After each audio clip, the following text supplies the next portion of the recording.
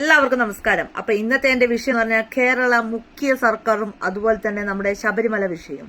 ശബരിമല വിഷയത്തെ പറ്റി ഞാൻ ഇന്നലെ നിങ്ങളോട് സംസാരിച്ചിരുന്നു. അതിന്റെ അടിയിൽ ഒരുപാട് ക്യാപ്സ്യൂളുകളൊക്കെ വന്നതായിട്ട് കണ്ടു. അപ്പോൾ അതിന് രണ്ട് മറുപടിയായിട്ട് എനിക്ക് നിങ്ങളോട് പറയാനുണ്ട്. അപ്പൊ ഞാൻ KSRTC ബസിന്റെ ഒരു കാര്യമായിട്ട് ഒരു ലൈവ് ഇട്ടായിരുന്നു, ആ കാര്യം പറഞ്ഞുകൊണ്ട്.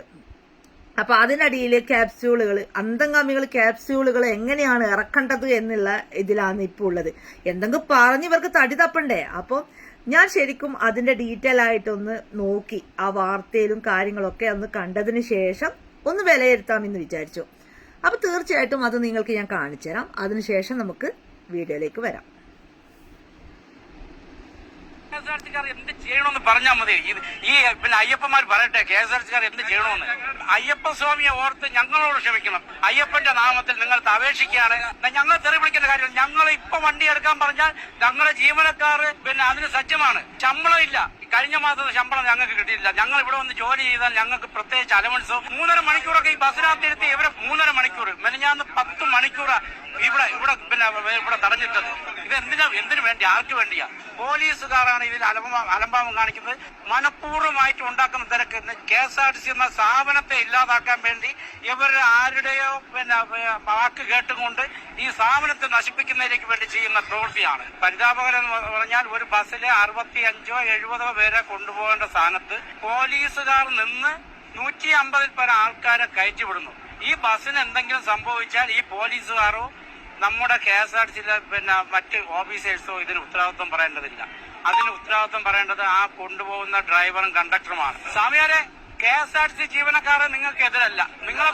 നിങ്ങളെ കൊണ്ടുപോകണ്ടെന്നല്ല ഞങ്ങൾ പറയുന്നത് നിങ്ങൾക്ക് ഒരുവിധ യാത്രാ പിന്നെ അസൗകര്യങ്ങൾ ഉണ്ടാവാത്ത രീതിയിൽ നിങ്ങൾ എത്രയും പെട്ടെന്ന് അവിടെ കൊണ്ടുവന്ന് എത്തിക്കുന്നതാണ്.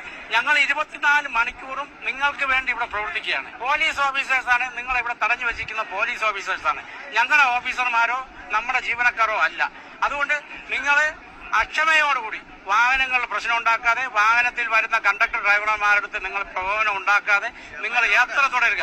നിങ്ങൾ എല്ലാവരെയും കൊണ്ടുപോകുന്നതിലേക്ക് വേണ്ടി പിന്നെ ബസ് നമ്മൾ സജ്ജീകരിച്ചിട്ടുണ്ട്. പോലീസ് ഓഫീസേഴ്സ് ഏത് സെക്കൻഡിൽ പിന്നെ വണ്ടി പിന്നെ പോകാൻ പറഞ്ഞാലും ആ സെക്കൻഡിൽ വണ്ടി എടുക്കാൻ ഞങ്ങൾ തയ്യാറാണ്. അപ്പൊ നിങ്ങളുടെ സഹകരണം അതാണ് നമ്മുടെ മികവ്. നിങ്ങളുടെ സഹകരണം എപ്പോഴും നമുക്കുണ്ട്.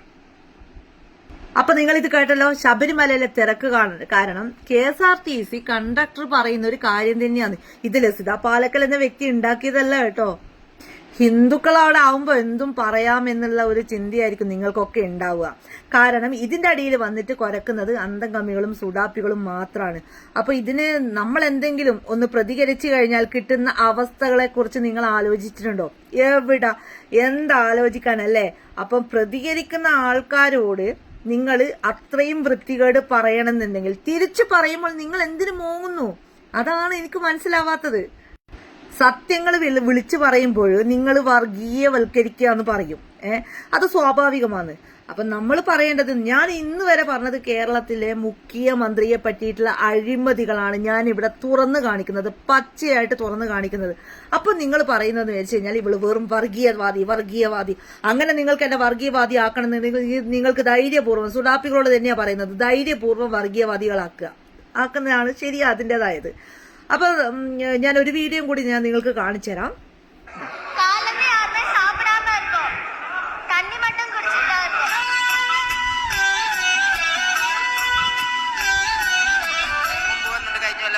ഒരു ബുദ്ധിമുട്ടില്ലാതെ തൊഴിൽ പോയതാ.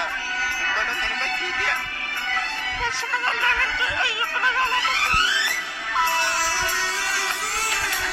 ഇതൊക്കെ സുഡാപ്പികൾക്ക് ഭയങ്കര പരിഹാസമായിരിക്കും. കാരണം എന്ന് വിചാരിച്ചു കഴിഞ്ഞാല് ഈ അന്തംഗമികളും സുഡാപ്പികളും ഏകദേശം ഒരു പിന്നെന്താ പറയണത്, കയറിന്റെ ഇരുവശങ്ങൾ എന്ന് പറയൂലേ, അതേപോലെ തന്നെയാണ്.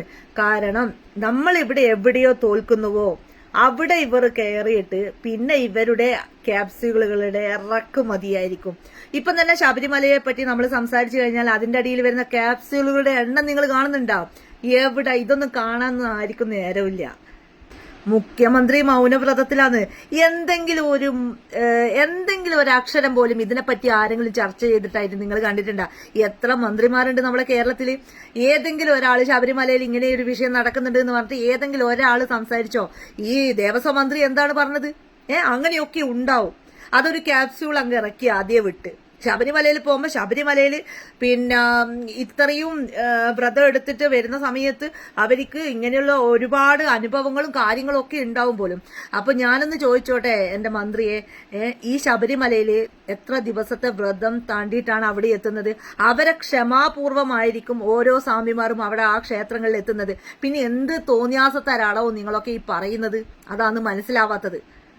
സാധാരണപ്പെട്ട ജനങ്ങളോടൊന്നും നിങ്ങൾക്ക് ഇങ്ങനത്തെ കാര്യങ്ങളൊന്നും സംസാരിക്കാൻ പറ്റൂല. നിങ്ങൾക്ക് സംസാരിക്കാം, നിങ്ങളെപ്പോലെയുള്ള വിശ്വാസികളല്ലാത്ത ആൾക്കാരോട് നിങ്ങൾക്ക് ഒരു പക്ഷെ സംസാരിക്കാം.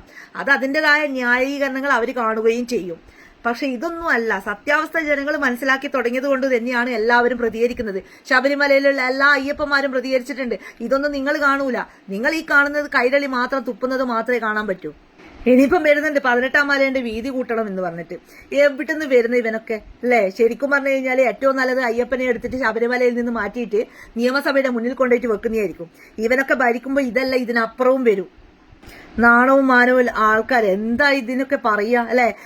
ശബരിമലയിൽ 18-ാം പടി പൊളിച്ച് വീതി കൂട്ടും പോലും, അതുപോലെ തന്നെ 18-ാം പടി എസ്കലേറ്റർ പോലെയൊക്കെ തിരക്ക് കുറക്കാൻ അങ്ങ് സാധിക്കും പോലും. എന്താ ചെയ്യാ? വിവരമില്ലാത്തവനെയൊക്കെ ദേവസ്വം ബോർഡിന്റെ പ്രസിഡന്റ് ആക്കിയാൽ ഇതല്ല, ഇതിനപ്പുറമുള്ള കോപ്രായങ്ങൾ നമ്മൾ കാണേണ്ടി വരും, ജനങ്ങൾ കാണേണ്ടി വരും.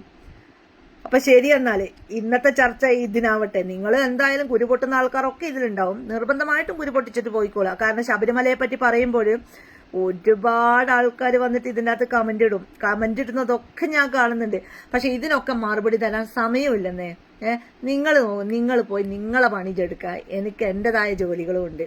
അപ്പൊ പറയുന്നതിന്റെ വയ്യാല പോവലല്ല എന്റെ ജോലി. ഞാൻ ആദ്യം തന്നെ പറഞ്ഞേക്കാം. നിങ്ങൾക്ക് ഇഷ്ടമുള്ള കാര്യങ്ങൾ നിങ്ങൾ ചെയ്യാം, എനിക്ക് ഇഷ്ടമുള്ള കാര്യങ്ങൾ ഞാനും ചെയ്യാം. അപ്പം നാളത്തേക്ക് വരുന്നത് വരെ എല്ലാവർക്കും ശുഭനിദ്ര.